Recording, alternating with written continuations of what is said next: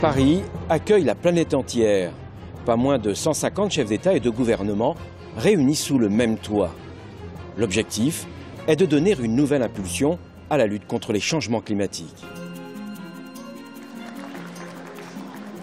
Votre présence soulève un immense espoir que nous n'avons pas le droit de décevoir.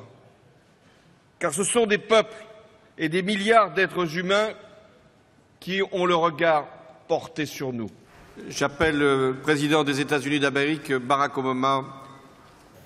The growing threat of climate change could define the contours of this century more dramatically than any other. And what should give us hope that this is a turning point? That this is the moment we finally determined we would save our planet. Let's get to work. Thank you very much. Sauver la planète, l'heure est grave, comme la tonalité des discours. Should also reaffirm the obligations of developed country parties to provide additional predictable and sustainable support in terms of finance, technology, and capacity building to meet the adaptation and mitigation needs of the developing country parties.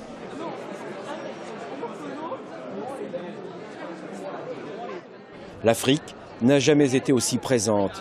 Un pavillon entièrement dédié au continent. Une première dans l'histoire des sommets de la Terre. I like the pavilion, but more than the pavilion, I like everything that's in the pavilion. You see a lot of things here that tell you about the reality of climate change. You see a lot of projects here that are looking at water. You look at a lot of things that are looking at how they're planting the Great Green Wall, all across from Djibouti to Senegal. You see a lot of things about women and livestock holders whose lives are affected by climate change. So I'm excited because it means that Africans have a place to come to make their voice heard at COP21. That's the reason why the African Development Bank helped to do this. I'm delighted because Africa's voice is strong, Africa's voice is collected, and there is a place for Africans to come together and discuss their own points for these agreements for COP21.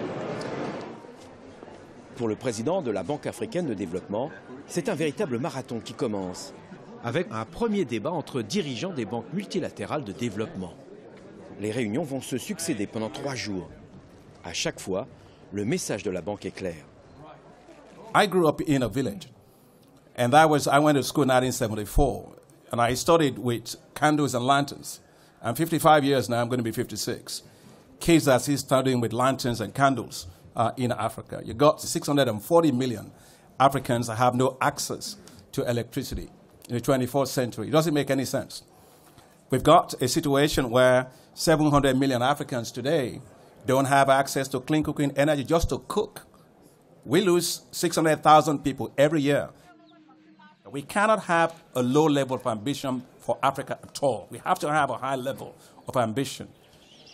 We launched at the African Development Bank what we call the New Deal on Energy, which basically says that we want to fast-track the access to universal access to electricity to 2025, not 2030, not 2067, not 2080. I'll be dead by that time. I can't solve that problem.